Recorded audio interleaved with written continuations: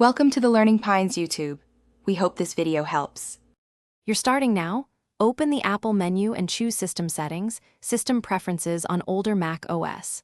Once the window appears, go straight to Desktop and Screensaver and click the Screensaver tab. You do this because the Screensaver Start Time lives here. Changing it prevents automatic activation. Make sure settings aren't locked. If they are, click the padlock and enter your admin password.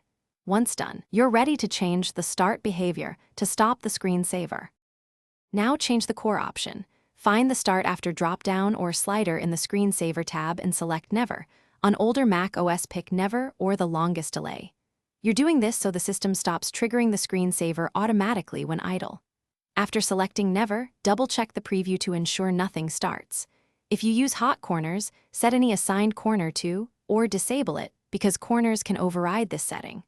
Once complete, the screensaver should not activate anymore. Finish by closing settings and leaving the Mac idle briefly to verify nothing appears. If the screen still blanks or locks, make sure lock screen and energy saver settings aren't forcing sleep. Adjust turn display off after or require password settings accordingly. Also check hot corners and active screen corners one more time. If settings are grayed out or revert, that likely means a managed profile or MDM policy. Contact your admin. If that's not the case, restart and recheck the Thanks for watching. Consider subscribing if we helped you.